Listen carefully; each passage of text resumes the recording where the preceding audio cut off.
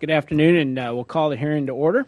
And today's hearing is going to address an issue that first seems unusual, which is federal government efficiency. Yet Congress established a framework for improving the operations of all federal agencies. It is this framework that we're going to be looking at in today's hearing. Although the Small Business Administration's budget is small in the context of the overall federal government, it's $100 billion loan portfolio, which presents a significant risk to the taxpayer if it wasn't properly managed. The Inspector General's statutory responsibility to investigate and recommend changes in the SBA's operation of its lending programs provides significant protection to the federal taxpayer, namely that they will not have to absorb losses associated with mismanagement of that loan portfolio. The SBA's government contracting programs do not present the same financial risk to the federal taxpayers as of the agency's capital access portfolio. However, improper oversight of the contracting programs can lead to the award of contracts to other than eligible small businesses. This harms small businesses that are eligible for such awards. The Inspector General's obligation to uncover fraud and abuse helps ensure that the small business contracting programs assist those businesses designated by Congress. On April 23rd, this committee heard testimony from the Administrator concerning a number of new pilot programs that she intended to create, even though they had not yet been authorized by Congress. Absent appropriate measures of performance, it is unclear whether these programs will be effective. If they are not effective, then the SBA is simply wasting taxpayer dollars. To combat ineffective use of federal funds, Congress enacted the Government Performance and Results Act in 1993 and strengthened the Act with amendments in 2010. The Act requires federal agencies to develop appropriate performance criteria to determine whether the programs are effective. The Inspector General, using her audit powers, assesses whether the agency has appropriate performance measures to ensure that the SBA's unauthorized pilot programs will be effective or a simple waste of federal tax dollars. Given the current deficit, it is imperative that SBA operate in the most efficient manner possible. And I'm glad to welcome SBA's Inspector General, Peggy Gustafson, to further expand on ensuring that the agency operates in a cost-effective manner and reducing the possibility of fraud, waste, and abuse. And with that, I turn to Ranking Member Velasquez. Thank you, Mr. Chairman. The Small Business Administration provides a wide range of services to hundreds of thousands of entrepreneurs each year. From loans to contracts to training, these programs are critical to both startups seeking to build a future and to existing companies trying to forge ahead. Making sure that these initiatives function as Congress intended them to, while also ensuring that they are free from fraud and abuse, is absolutely critical. This important job falls to the Inspector General. In this capacity, the IG functions as both an evaluator and as an investigator. They assess performance across the agency's operation, providing valuable insights into what is working and what is not. As a result, SBA management can take steps to improve its program and services. Similarly, the IG also acts to investigate serious problems arising from poorly written policies or improper personnel actions, including potentially criminal behavior. As a result of the IG efforts, programmatic flaws are remedied, while would-be fraudsters are put on notice that they will be caught. Taken together, the IG's role is vital to the SBA ability to achieve its mission. Through its work, the IG recovered and saved the agency $90 million last year. This included issuing 22 reports and the indictment of 59 individuals, all of which were convicted. These actions show that the IG has a full plate before it, which is great news if you are employed there, but far more troubling if you are a taxpayer. To this point, the office of the IG is growing, while the SBA itself is shrinking. This raises serious questions about whether the agency is able to effectively implement its programs, and I hope to gain a better understanding of this from the IG's testimony today. The agency's lending programs play a significant role in allowing entrepreneurs to secure capital at affordable rates. However, the SBA now makes the largest loans it ever has in its history, while also expanding its use of delegated authorizations to lenders. Such moves are questionable policy goals for an agency that is supposed to serve small businesses and at the same time safeguard taxpayers' dollars. They also raise problematic administration issues. For instance, larger loans may increase the likelihood that criminals try to obtain financing through the SBA fraudulently. Delegated authority without sufficient oversight raises similar questions, namely, who is watching the piggy bank? Ensuring that these policy changes are not Trojan horses is a paramount concern to this committee. On a similar note, SBA's procurement programs also play an important role in helping speed our economic recovery. When small and disadvantaged firms are awarded federal contracts, the additional revenue allows them to add staff, creating jobs. Unfortunately, as we have seen time and again, front companies and large corporations too often find ways to masquerade as small businesses, depriving legitimate entrepreneurs of promising work. The GAO has identified numerous instances where firms failed to meet the appropriate standard and won procurement work. It is my hope that together we can identify ways to close these gaps and ensure this type of behavior is curtailed. While the SBA's lending and contracting programs are but only two areas of the agency, the IG's efforts are critical across the entire agency. Ensuring that all SBA's initiatives are well-run and free of fraud and abuse is essential not only to the small businesses they serve directly, but also to the taxpayers who is responsible for footing the final bill. By identifying how the SBA can improve its function, the Inspector General is instrumental in the agency achieving its mandate of assisting small businesses. Without a robust, effective, and well-managed IG, it is doubtful that the Small Business Administration could perform its mission of fostering entrepreneurship, which is critical to our economy. I therefore look forward to hearing the witness and thank her for being here today. I yield back. Thank you. We again like to thank Inspector General Peggy Gustafson back to the committee, and please take as much time as you'd like. We'd love to hear what you have to say. Thank you very much. And Chairman Graves, Ranking Member Velasquez, and distinguished members of the committee, thank you for the opportunity to be here today and for your continued support of our work. I'm extremely proud to represent the dedicated men and women of the SBA OIG. As you know, we are an independent office within SBA that conducts and supervises audits, inspections, and investigations related to SBA programs and supporting operations. We seek to detect and to prevent waste, fraud, and abuse and promote economy, efficiency, and effectiveness in the administration and management of those programs. I believe our investigations and report recommendations are having a positive impact on the integrity of SBA programs and that the results are measurable. During fiscal year 2012, as already noted, and thank you very much, the OIG issued 22 reports containing 126 recommendations for improving SBA operations, reducing fraud and unnecessary losses, and recovering funds. And again, thank you as noting our investigations last fiscal year led to 59 indictments and 59 convictions of subjects who had defrauded the government. In all, the OIG efforts resulted in more than $90 million in office-wide dollar accomplishments during fiscal year 12. To put that in perspective, our fiscal year 2012 operating budget was $17.3 million, which included a $1 million transfer from the agency's disaster loan program account. The total office-wide dollar accomplishments therefore represent a more than five-fold return on the investment in the Office of Inspector General to the American taxpayers.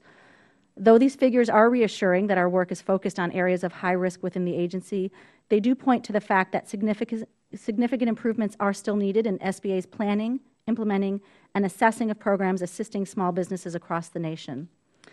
The GIPRA Modernization Act of 2010, the Act was signed into law in January 2011, and as noted, the Act emphasizes the use of goals and measures to improve outcomes and requires the Federal Government to adopt a limited number of cross-cutting goals defined as objectives that cut across organizational boundaries.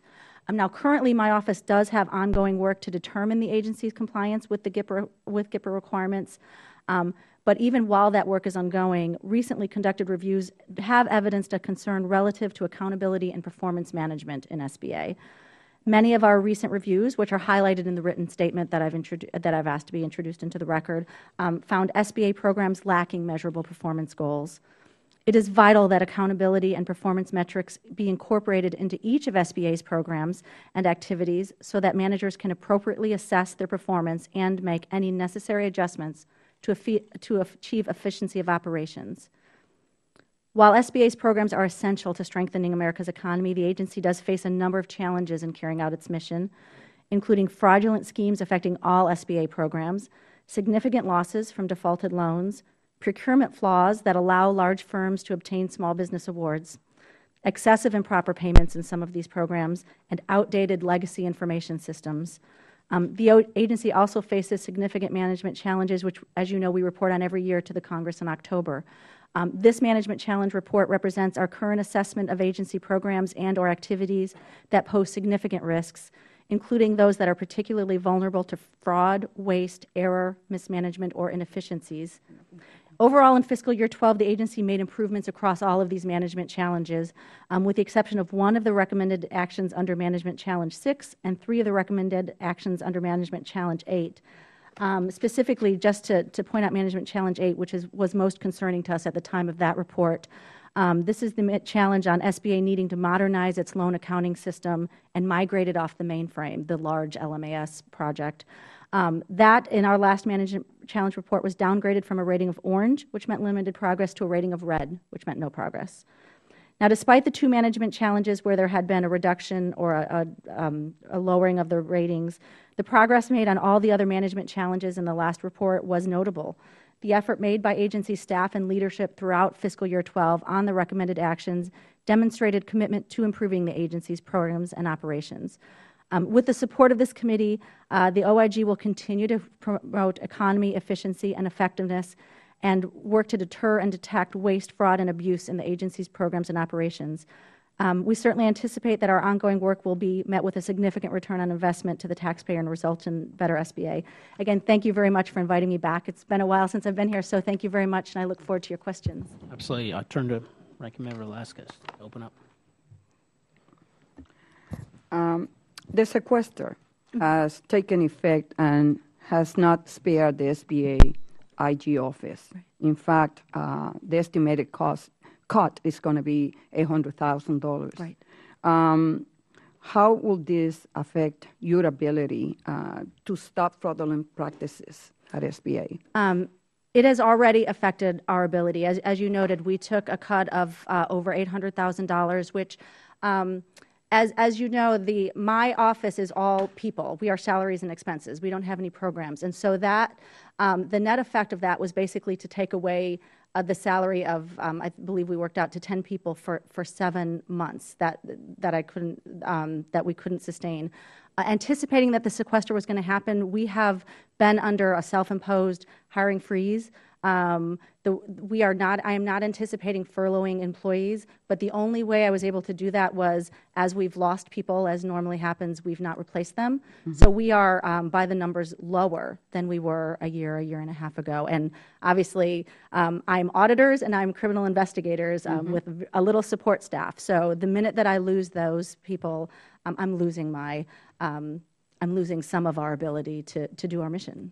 So. Yeah, can we talk about the IG and GAO have identified repeated occurrences of fraud in the SBA contracting programs, and some of the reports were issued by GAO at my request.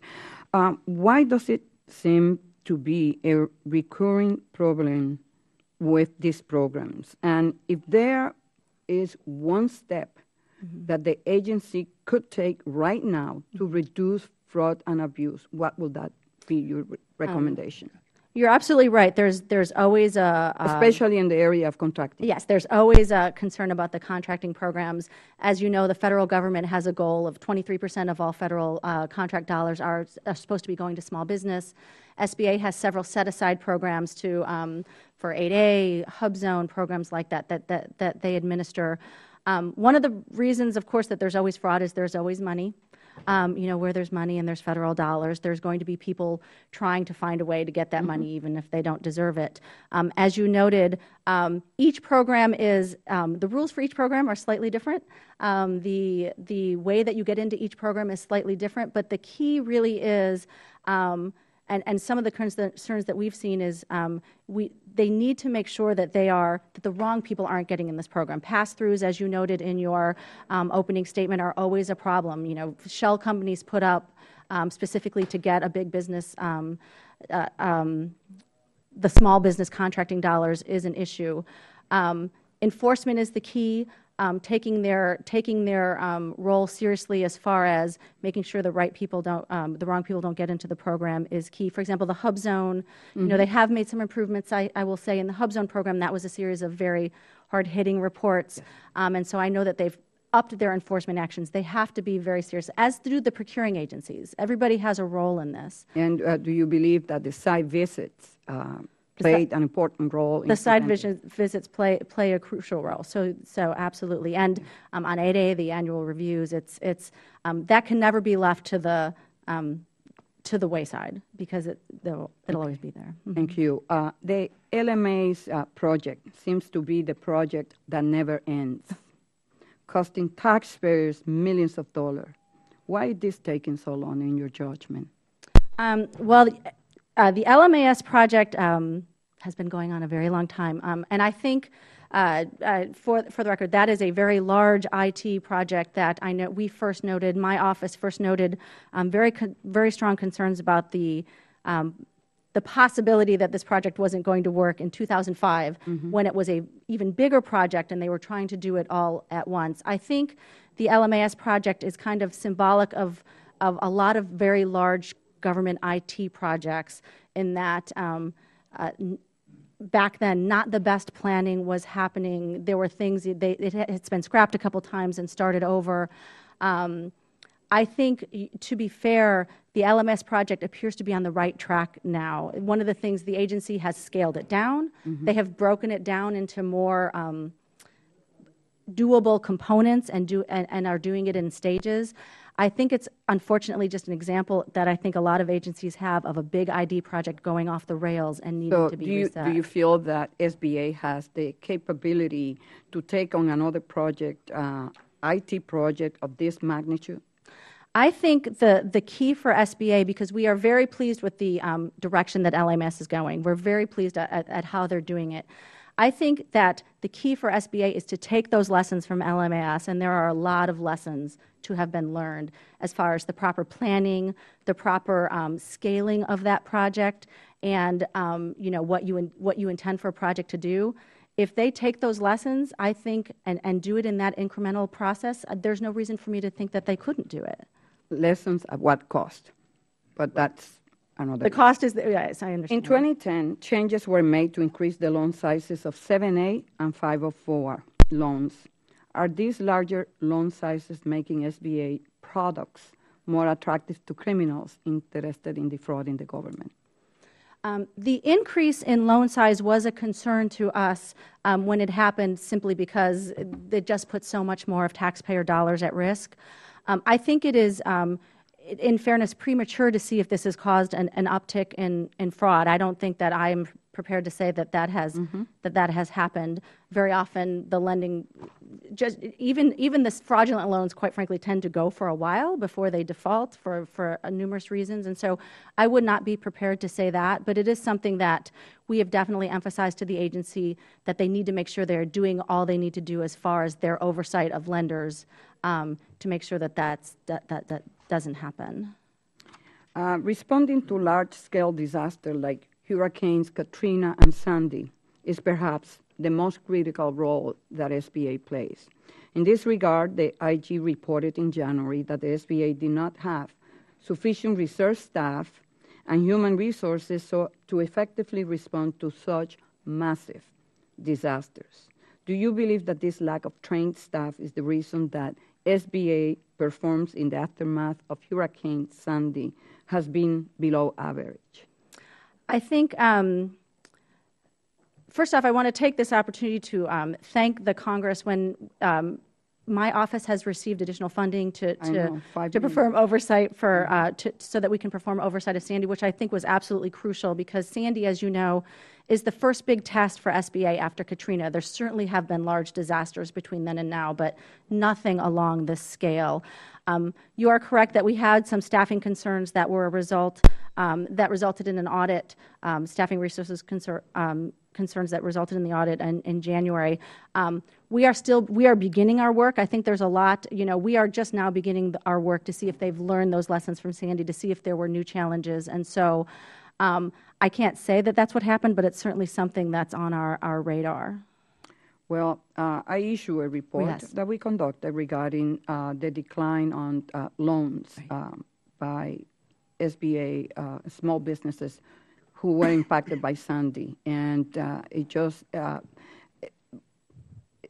decline was much higher than during Hurricane Katrina. So I just need to know if you are planning to look into this area as well. We are, and I want to thank you for that report, Representative Velasquez. You were, it's going to be very informative for us. There were several things in that report that were very telling. The increase in the time. There was a huge delay for a while there. That the time in processing the applications once again got pretty large, and the denial rates and also the withdrawal rates, which I believe is something GAO is looking at. We're certainly coordinating with GAO. We're not going to duplicate their work, but that's going to be something very useful to us as we're doing our audit work. Thank you. Thank you. Thank you. Thank you, Mr. Chairman. Ms. Gustafson, to follow up on what the ranking member was talking about a minute ago with regards to some of the contracting problems that were had, in today's Washington Post, there's an article about the Inspector General for the GSA that found a number of problems with some of the contracting they were doing. And one of the comments that was made, the staff members told investigators that they feared for their jobs because they were trying to do the right thing and protect taxpayers by whistleblowing on some of the pressure that was being put on them with regards to giving some favorable treatment to certain contractors. Did you find any of that with regards to what was going on with the SBA and the contracting problems that you found? Well, Representative Luetkemeyer, one of our biggest criminal cases we've ever had is a contracting case that was involving kickbacks, actually, with the Army Corps of Engineers, which resulted in at least $20 million simply being skimmed off the top by everybody being involved in steering the contracts, both to certain to certain companies. And so it's a very large issue. There's a lot of pressures in the contracting industry that, or in the contracting arena that often don't help us with fraud. There's a pressure sometimes there's pressure of steering. Sometimes there's just a pressure to get the contract out.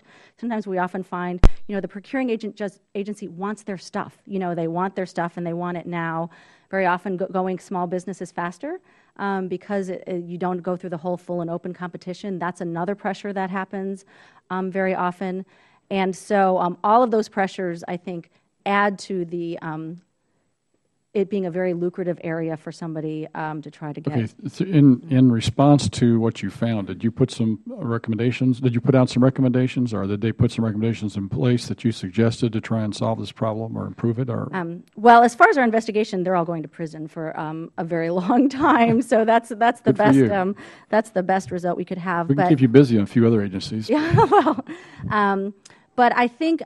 I do think that one of the key things, especially in the 8A arena, which is one of the biggest small business contracting programs, one of the things that we have really focused on is making sure that somebody is taking responsibility for making sure that these 8A companies are legitimate. I think a lot when you have it kind of divided among the SBA has the program, but the Army or the Navy or Ag has the contract, a lot of times whether this company is legitimate will sometimes fall through the cracks, which is a huge problem. That's been something we've been focused on, certainly since I've been the Inspector General, because although the government gets their stuff, first off, a lot of times they get it at a much greater cost because there's either kickbacks or, there's no competition and therefore we're not getting the best deal. And quite frankly, those programs aren't doing what they're supposed to be doing. If the money's not going to legitimate small businesses, then the money's not doing the good that it's supposed to be doing anyway. I mean, so I think it's a very big problem, and To your point, I think the oversight has to be key and the enforcement has to be key. And people need to go to jail. And I think I'm very proud of the fact that people are beginning to go to jail, even though the government got their widgets. So I think that's important. So. Thank you. Just one, I got a curious question here. We found also in the last couple of weeks that a lot of directors of different agencies have multiple email accounts. Did you find that problem existed with the SBA director as well? I've not found anything like that. Just curious. Also, in some of the information you gave us, you talk about unauthorized commitments by the SBA and what an extremely high number it is compared to other agencies. Is there a problem there, or is it just some really, really small things that they're being overlooked, or what's your analysis? The SBA procurement office and their whole procurement process, their method of buying things is actually something that we added to the management challenges list, because that was a process that had kind of fallen apart and was not going very well. And what you found in these unauthorized commitments, and I would argue that it is an important thing, because in the end maybe it wasn't that much money, and then maybe in the end we got our services, but there are many internal controls. You're basically not supposed to commit the government to paying money unless everything is in place, such that the money is rightfully committed. That's what an unauthorized commitment is. And so when you're paying something when you haven't really done all of the work that needs to be done, it's an internal control problem. It's a problem that the auditors get very worked up about, because it could, in theory, lead to things like violations of the Anti-Deficiency Act. Because you're by definition not doing the planning and having everything kind of all tied up before the money's going out the door. And so, that's why we issued the report. The procurement office has undergone a lot of changes. They actually moved it from Washington, D.C. to Denver. So they're kind of in a building period, but they need to be showing. One of the aspects of that report was to emphasize they need to be showing progress now that they've kind of restarted, what they do on that. To me, this is a head scratcher from the standpoint in the private sector. If you have a procurement procedure, you can have somebody do the work and have a supervisor sign off. I mean, it's very simple to get this done, and yet that seemed like a procedure that's not even in place here. I don't know that I'd ever say that federal procurement is simple. I think it can be amazingly convoluted. But to your point, absolutely, there's supposed to be a process, and then then it becomes routine. I mean, you have a copier contract or a BlackBerry contract. It's all. To me, it blows my mind that we have this problem that you even find it. I mean, I can understand a couple of oversights, but the numbers you cite here are just off the charts. I mean, to me, that just shows incompetence up and down the procurement procedure process there. So my time's over. Thank you very much. Thank you. Mr. Schrader.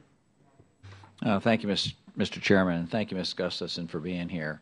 At the outset, when the ranking members talked about reductions in budget and then sequester on top of reductions in budget, how have you prioritized your audits and investigations as a result of that? How have you changed what you were doing to what you're going to be doing in the future? Well, we always have to prioritize, of course, our audits, because I'm basically at full staff. I'm about 102 people, and again, the loan portfolio is about $103 billion. Small business contracting is about $97 billion, and then I haven't even talked about all the other programs in there. So we always go through a priority process, looking at high-risk areas, areas of congressional interest, how long it's been since we've been in a program. We naturally end up having to focus, not having to focus, but certainly focusing on the contracting and the loan programs because of the sheer volume of money that goes through there. Basically, what sequester has caused us to do is, so we always go through that process, but whereas maybe my list was this long, was 6 long, maybe it's 5 long. Everything is going to take longer to get to when I'm smaller. With the you talked, and again, the ranking member talked about the computer systems, and the antiquated and the long. Has the agency or has the IG, have you set targets for when this should be done, given all the new information, lessons learned that you alluded to, so that we could monitor this a little bit better? They definitely have set targets for ELMAS, which is the project that's been ongoing for many years, and there are targets that are due for each step, which is exactly what we wanted. They don't always meet them; they come close, but I mean, that's definitely available. They're doing it. We do interim reports on it. GAO is looking at it very carefully too, but they definitely do that. Yes. Okay, good. The other thing that we learned was that in this new budget coming forward that we're going to end up, looks like SBA is suggesting they reduce the number of site visits going forward in order to fund some other programs that they feel are more beneficial. You indicated a moment ago that the site visits are extremely important for the contracting, stuff, all the fraud that goes on with regard to misrepresentation of being a small business when indeed you're a shell for a large. What do you think about that reallocation? I think that in general, and there are several different kind of iterations of site visits that they do in the loan programs and the contracting programs. I think two things are crucial. One, that they continue to happen. I mean, I definitely think site visits need to continue to happen. Should they continue at a decreased level or an increased level? Well, I don't know. I'm not ready to, without getting into the I'm not ready to say that they're doing too many. I certainly don't think that they're doing too many. The other key is, therefore, a reduction would not be good. A reduction would probably not be helpful. Okay. The other key is I do think that they definitely need to be targeted. I think it's key that the agency always be taking in the lessons learned from before and doing. They're always going to have to do a risk-based approach, and I think that's going to be key too. So that when they're doing that, they're going to the right places. I think that's crucial too. In this era of budget limitations that we all have, you indicated that they were not doing very well on setting up performance metrics and much less even achieving certain outcomes. Certainly, I happen to be a fan of the past recent administrator and move things along in the fraud, waste, and abuse thing. But we haven't made that much progress in performance outcomes. And to me, that's critical in an era where we theoretically are supposed to determine, not the administrator, what the priorities are, or at least with her or he. We should be able to get into that. We don't have that at this point in time. Are there certain metrics you would suggest to this body that we should be focusing on and, setting a target like we did with the computer stuff, setting some dates, setting some intermediary dates, and some actual results by then? I'm not prepared to offer metrics. I think that they are beginning to use metrics. Come up with some metrics. Some of our reports that I mentioned raised some concerns about maybe some of the metrics listed. I think you're absolutely right. That's your role, and in all fairness to the agency, that's their role as well. And so I think, as you said, they're beginning to do that. Their metrics are coming out on the GIPRA. We'll be looking at that. But shouldn't Congress help them? Shouldn't this committee help them? I mean, theoretically, Congress is in charge, not the agency, and they execute our design. Shouldn't we help them or be developing metrics that we think are important as a group and suggesting to the administrator, whoever he or she may be, about what they might want to look at? I think that, first off, I certainly think that that's up to you. Like you said, you're in charge, so you can do whatever you want. I think that sometimes, for example, in the STEP program, I think sometimes Congress does do that, or at least it tells the administration or the administrator and the agency, we want you to do metrics, we want you to report to us, and then certainly it would be Congress, it would behoove Congress to look at that and see if you're hitting the right thing, if you're getting the right measures, and if whether they're helpful. This is a lengthy process, I think, because I think the next step will be, are they acting on what those metrics, and is it being run better? And so this is a multi-year process, I think. But absolutely, your role is crucial right now while they're doing it as well. Thank you. I yield back my time. Mr. Hanna. Thank you, Chairman. Hi. Thanks for being here. A couple of things. You mentioned that you had 59 cases, 59 prosecutions.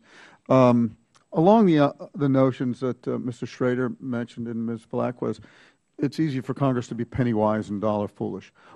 What did you learn from those 59 cases? Is there a theme? Are there consequences for people who spend government money outside of arm's length transactions? In other words, I like this guy, I'm going to hire this guy, regardless of corruption or anything illegal, just generally.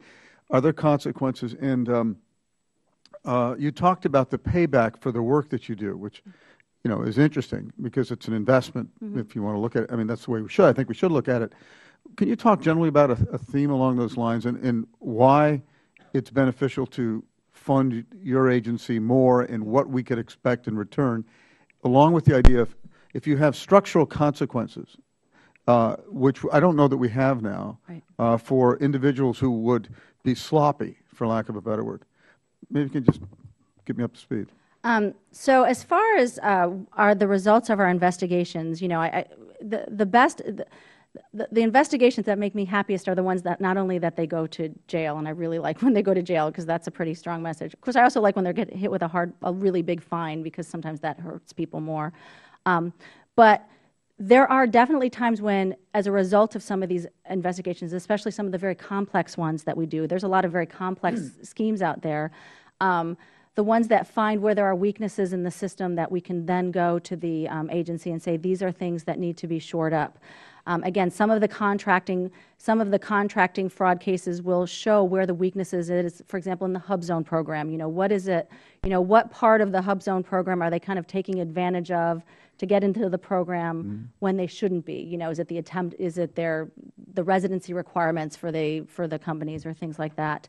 One of the biggest things that we had seen, that we've seen in the last several years that had become a management challenge is the fact that we were seeing a lot of very big loan fraud schemes involving loan brokers. So people who were out there saying, let me help you package your loan and get it through, and I'm going to get you an SBA loan. And that broker was deeply involved in getting the documents falsified and making everything pretty and getting a loan that never should have been made that immediately defaulted. It was basically a theft, and doing that dozens and dozens of times because they just did that. And one of the things that we had recommended to the agency, it's been a management challenge for a long time, they're beginning to make progress on that, is let's track these guys and let's make sure that we know for each loan who this loan broker is, such that maybe if we begin to have a really bad case, just an egregious case, let's see if this person's been involved in other loans, and let's see how the other loans are doing. I understand that. It makes perfect sense. But also, you mentioned that you have a number of problems, and a large number, I think you said, of people who are inside the system just basically being sloppy. What are the consequences for that, if any? And I mean, one of the things that works well is advertising, right? Leona Helmsley and tax evasion, all of those things that we remember. What do you do along those lines, and what can Congress help you in terms of creating consequences for, maybe well-intentioned, but that's really kind of irrelevant when they're doing something wrong, that we can help you with? Well, and are there enough consequences? Yeah, I don't know that there's I don't know that there are a lot of consequences, for example, for contracting that's done sloppily. For contracting where maybe they didn't do quite the due diligence that they should have done as far as what that company is. I actually don't. I don't know that there are many consequences. But should there be? I guess that's the question. I mean, do you feel as though there's a lack of authority and severity in terms of them taking their job seriously enough, or is it such a casual process that sloppiness goes uncorrected? I think that maybe even the bigger issue with that, and I will tell you sometimes some of the things that we have encountered in cases that are very frustrating is we have encountered cases when the agency, our contracting cases, basically they involve an SBA program, but 99 times out of 100 the contract was let by a different agency. And a lot of times what we will find is that agency isn't near as angry as we are that company should not have been getting that contract because they liked that company and they liked what they got from that company. And that's sometimes been a big roadblock for us because we would like, Agency X to come in and say, we're as mad as SBA about this and we wouldn't have let this contract if we'd known this. And we don't always get that response. And that's very frustrating. Maybe that's where the consequences should be before you talk about sloppy contracting. Thank you, Chairman. Thank you. Mr. Murphy. Thank you, Mr. Chair. Thank you, Ms. Gustafson. In your testimony, you spoke briefly about the Disaster Assistance Loan Program. It looks like there's been some improvements from 28% down to 18% of these that have been fraudulent. What are you continuing to do to bring this level down, and is there anything we can do to help you? So the numbers that you're referring to are is the rate of improper payments in the disaster loan program, which is to say payments that for one reason or another should not have been made, so loans that should not have gone out.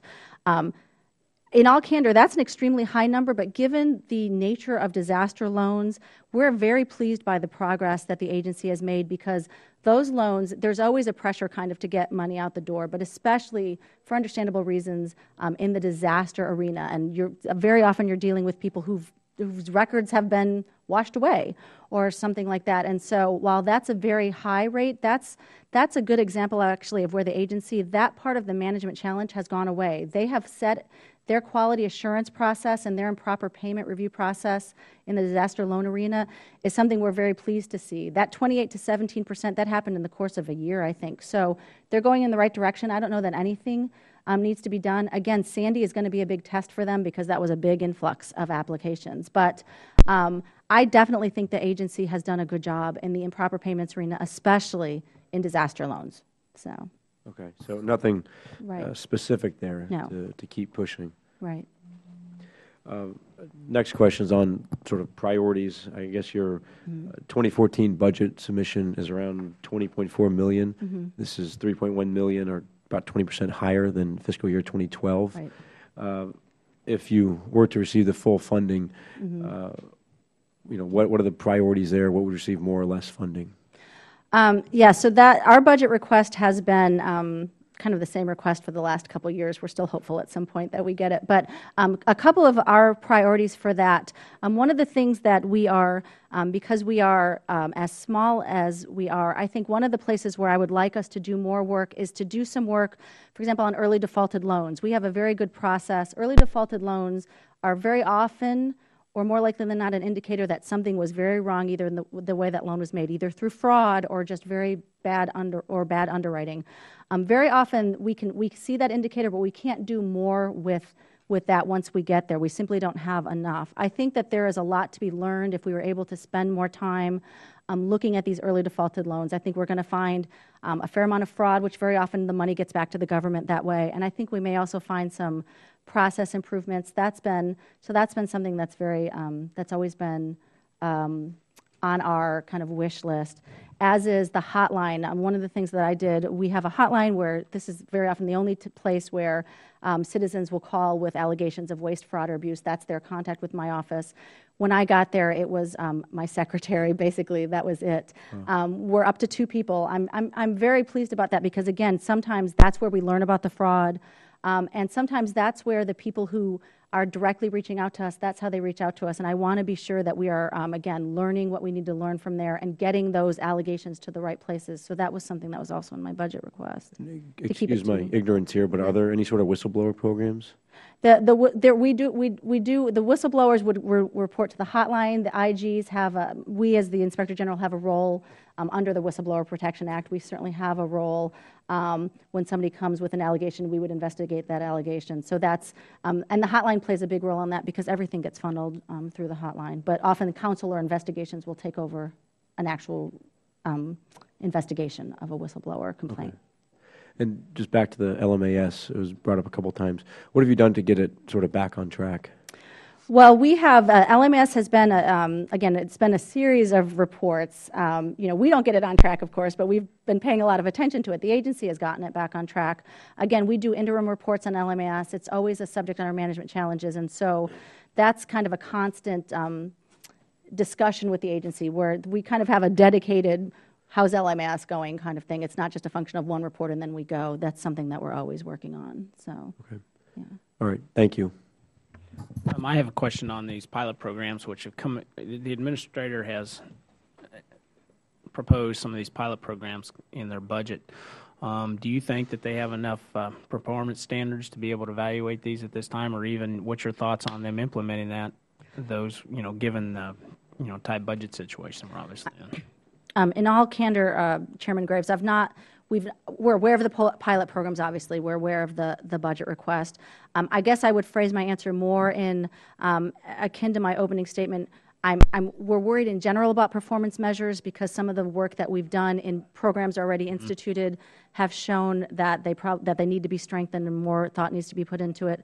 As far as looking at any of those new programs, I've not done so, and so I'm really not ready to opine. Mr. Schneider. Thank you, Mr. Chairman, and thank you for joining us here today with your testimony.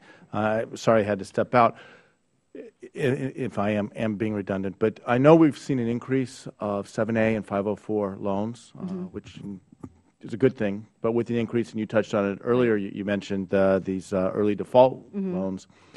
What impact is the growth of those programs having on your office's ability to do proper oversight? What resources, if any, would you need to push it further? Well, one of the things that, thank you for your question, because again, we are worried about the risk associated with the $5 million, with the much bigger loans. And I am the same size I was when the loans were smaller. So, it's really good. It's really a function of, that's certainly an area of concern for us. It's something we're monitoring. Again, these loans tend to be, you don't know if there's a problem right away. So this is something that I think we're going to, if it's going to be a problem, we're going to be seeing it soon. It's something, loans are always a priority. Lending is always a very big priority for us because of the $102 billion loan portfolio. So I think it remains to be seen, but we anticipate, especially given our concerns in the past about lender oversight, they've made improvements, but lender oversight was a management challenge for a long time. Quality control in the centers was a concern and is part of our management challenges. We'll be there. We're going to be there. It's on our radar, and if something else falls by the wayside, it will. It's a big priority for us. So. As you make that case going forward, lack of oversight leading to waste, fraud, and abuse here. Are there metrics in place for the work that you do that tracks the return on investment we're making in oversight that captures fraud? That adding one more person would result in X dollars of savings, so to speak. Well, we certainly, in our semi-annual reports, and every time I testify in front of you, I'm always touting what our dollar accomplishments are and how, and compared to our size, again, it was about a five-fold. If you want to do the quick math, the math that I could do, it's about a five-fold return on the investment when you look at our appropriation and the money that we, the savings that we have. I kind of hate to break it down into one person just because I don't know that that's the most accurate thing. My audit at any given time, every auditor, every audit is 3 or 4 people, so I try not to get too much into that, but there's absolutely no question that, like every IG office, I'm very proud of our accomplishments, and we're definitely can show a return on our investment. There's no question in my mind that 103 people is small for the amount of risk right. That's in SBA programs, and so the budget request that was my number. I mean, you see a lot of transparency in the IG's budget, and that's what we requested. We are hoping to grow because I do think in general more oversight is needed, and more return on the money is not a bad thing. So, and this is my concern, obviously, with cuts across the board, cuts like sequester, is where you lost, I think you said 10 people for 7 months, but that's a direct savings, if you will, on sequester, but the indirect cost of that could be a lot of fraud and abuse that's not being captured, which is a concern. Changing subjects, and real briefly on the LMAS system, and you said you are getting, you can't change the implementation, but you get reports on progress. How frequently are you getting reports on progress? The nice thing about SBA, in a way, is we're all in one building, and we're all kind of the headquarters. We're co-located with headquarters, and so I have an IT, and my audit division is basically 3 separate groups, one of which is an IT group, and so it's not even a function of getting reports. It's really a constant communication. They talk to the LMS people all the time. We do the interim reports, and so. But is there a formal oversight, so you're tracking progress against milestones? We do issue those interim reports, and so that's how, and the management challenges, when you will look at our management challenge report, which has LMAS's challenge number, I forget, but they're one of them.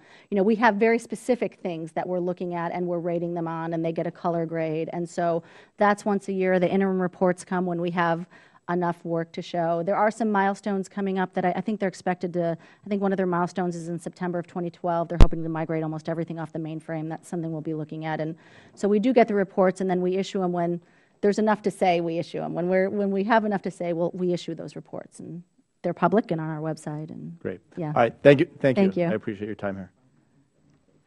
Mr. Collins. Thank you. I'm sorry I was late. I was at an immigration hearing. But I guess so I may have missed some things. I'm just more curious when we talk about efficiency, and waste, fraud, and abuse is one piece and an important piece. If I walked into the director's office, or when the director comes to work, is there a dashboard with colors like red, green, yellow? If there's 50 things to track, that you might see 35 greens, and 8 yellows and so many reds, to know where we put our attention that day? I mean, that level of metrics and data, does that exist? Well, in all candor, I have no idea what's on the administrator's desk. I don't know what she has. So I can't really speak to actually how they track. I do know that, for example, in our management challenges report, that's a report that we issue annually with the color ratings of the most serious management challenges and the specific things that we need to see improvement that actually have red, green, and yellow. I will tell you that those meetings don't happen at the administrator level, except for when maybe when it's issued. But those are meetings that happen often, not daily. I'm talking more about my work, where we will, again, stay in contact with them and have kind of in-process meetings. Where are we? Where do you think we're going? What is the next report going to look like? But quite frankly, as far as what she faces when she wakes up in the morning and goes home, I just don't know. That would be interesting to know, because we'd like to think the focus was on, return. Right. So on, what we would call efficiency or process mapping, does that go on, or do you look at that to say, here's a department processing loan applications? I'm thinking the Lean Six Sigma model of process mapping to take waste out or make it more efficient and therefore reduce the need for people, so that maybe we could do with fewer or do more with less? Well, I think that a lot of our audit reports are focused on that type of, given the fact that one of the things the IGX says we're to do is to promote economy and efficiency. I think in government programs it says something almost directly like that. That's something that we look at very often, is whether the programs are running as efficiently. So I don't know, again, how they do it, but I certainly hope and think that our audits will touch on that and talk about efficiencies that can be had and whether the process needs to be changed. Like any agency, SBA is slow. I think there are some things being done at SBA that have been done that way a long time, and so I think that they are. That's always something that we try to look at and to see if there are improvements that can be made. I think perhaps if you asked the question and said, give me a list of 50 processes and which ones you can tackle, and then you go back in with an audit and say, how many steps does it take to process this loan application? Now, first, they're probably going to say they don't know. So then you make them process map it, and it comes back that there's 57 steps. Right. And then you say, okay, we can cut that down to 23. That makes it more efficient, less prone to mistakes. And if you held them accountable for that, over a period of time, they would become more efficient, because they know you're asking the questions to which initially they probably don't have the answers, right? Right. Just, in looking at that piece of efficiency where you can do more with less, because people cost a lot of money, just a suggestion that kind of process mapping, process improvement could make it so they could get their job done and with less folks. Well, it's an interesting idea, and my head of audits is right behind me and is probably chomping at the bit. He loves that kind of stuff. So I'm sure that we'll have a discussion further on what we can do. Because I can tell you, I've never yet seen a buffet line that you can't reorganize and make efficient. Okay. So every process can be, I think, made more efficient. I think there's a rule of thumb. You can probably reduce 22% of the personnel costs and probably cut most of the steps almost in half. But the key thing there, it takes the waste out, and then also the errors.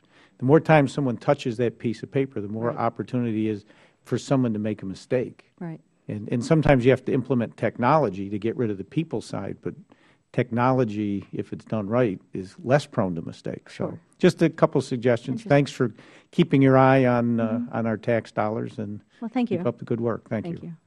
I yield back. With that, I'd like to thank the Inspector General for coming in today, taking the time to testify before the committee. Thank you very much. And I'd ask unanimous consent that all members have 5 legislative days to submit statements or supporting materials for the record. Without objection, that is so ordered. And with that, the hearing is adjourned. Thank you. Thank you.